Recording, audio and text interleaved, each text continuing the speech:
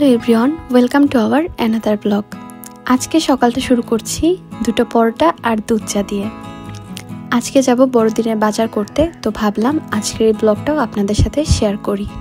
খুলনায় আসার পর থেকে কিন্তু আমি আমার চ্যানেলে রেগুলার ব্লগ আপলোড করি, আর আপনারা অনেক সুন্দর সুন্দর কমেন্টস করেন, যেগুলো দেখার পরে অনেক বেশি ভালো লাগে আর অনেক বেশি উৎসাহ বেড়ে যায়।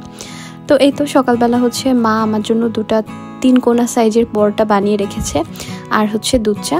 আমার হাজব্যান্ডের খাওয়া শেষ, তো আমিও এখন খেয়ে নিচ্ছি। এরপর বড়দিনে বাজারের জন্য দুজন বের হব। আমরা গতকালকে ঠিক করে রেখেছিলাম যে আজকে সকাল সকাল যাব বাজারে, কারণ সকাল সকাল গেলে না অনেক ভালো মাছ পাওয়া যায়। আর এমনিতেও খুলনায় রাতে কিংবা সকালে যে টাইমে আপনি বাজারে যান না কেন, প্রচুর দেশি মাছ পাওয়া যায়। তারপর শাকসবজি অনেক ফ্রেশ পাওয়া যায়। আর এই তো এখন আমরা দাঁড়িয়ে আছি একটা অটোরিকশার জন্য। অটোরিকশা বা ভ্যান যেটাই পাই না কেন, এটাতে করে যাব শেরের মোড়, যেখানে এই কাঁচা বাজারটা বসে। সকালের মিষ্টি রোদটা খেতে খেতে আমরা চলে যাচ্ছি বাজারে। আর এই তো আমি আর আমার হাজব্যান্ড যখনই একসাথে কোথাও বের হই অনেক গল্প করি সেই জায়গাটা সম্পর্কে। যেগুলো আমি জানি না সেগুলোকে জিজ্ঞেস করি, ও আবার আমাকে সুন্দরভাবে বলে দেয়। তো এই তো, আর খুলনায় কিন্তু শীত একদমই নেই বললেই চলে। সকালের দিকে একটু ঠান্ডা থাকে, কিন্তু 11টা-12টার দিক থেকে আর কোনো ঠান্ডাই থাকে না। বাসা থেকে বের হওয়ার আগেও আমরা জানতাম যে বয়রা বাজার বা শেরের মোড় যেটাকে বলে, ওখান থেকেই বড়দিনের বাজার করব। কিন্তু পরে আমাদের বাজারের লিস্টটা হাতে পাওয়ার পরে ভাবলাম যে আমরা একবারে নিউ মার্কেটের দিকে চলে যাই। নিউ মার্কেটের অপোজিটে যে কাঁচা বাজার আছে ওখান থেকেই বড়দিনের বাজার করি, তাহলে একসাথে সবকিছু পেয়ে যাব।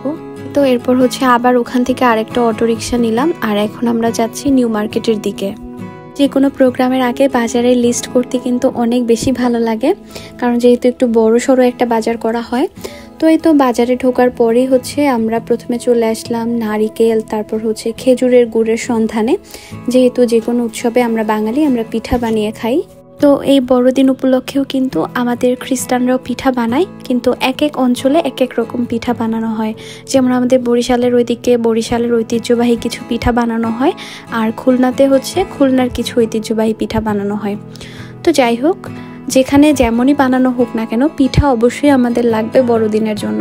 তো এখানে খেজুরের গুড় টেস্ট করে কেনা হচ্ছে, আর এই ব্যাপারটাতে আমার হাজব্যান্ড অনেক বেশি পারদর্শী মনে হচ্ছে, কারণ স্মেল দেখে কিন্তু অনেক সময় বোঝা যায় যে খেজুরের গুড়টা কেমন হবে।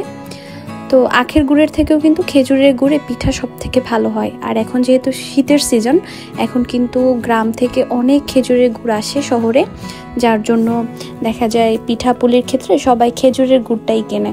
তো এখান থেকে আমরা পুরো 1 কেজি খেজুরের গুড় নিয়েছি, আরও নিব নারিকেল, তারপর চালের গুঁড়া।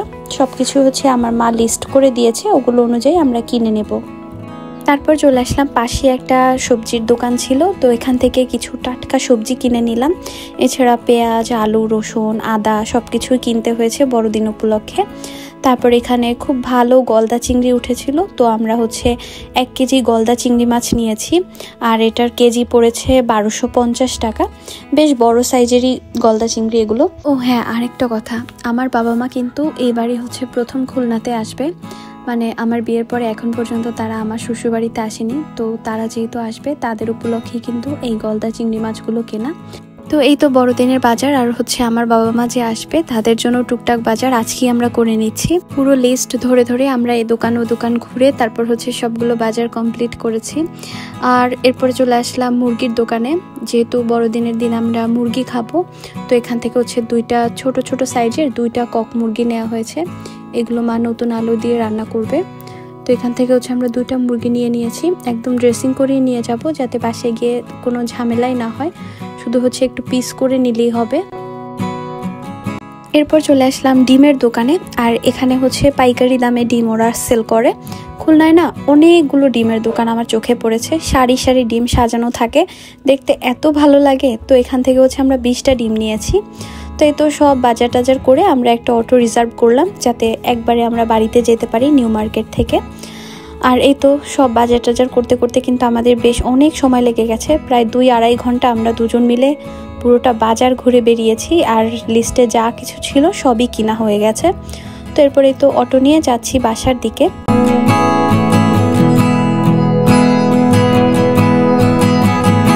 বাসায় আসার পরে মা দিদিমা সব কিছু বের করে এই বোলের মধ্যে সাজিয়ে রাখলো। আর এগুলো হচ্ছে এখন সবগুলো আলাদা আলাদাভাবে রাখতে হবে। আর এখানে সবজি কাটাকুটি করবে, আজকে দুপুরে যেগুলো রান্না করবে।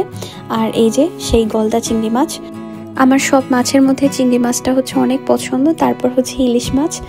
তো ভাগ্যক্রমে যেহেতু খুলনায় বিয়ে হয়েছে, এখন অনেক চিংড়ি মাছ খাওয়া হয় খুলনায় আসলে। এছাড়া আমরা খুলনা থেকে যাওয়ার সময় 1-2 কেজি চিংড়ি মাছ সবসময় নেই।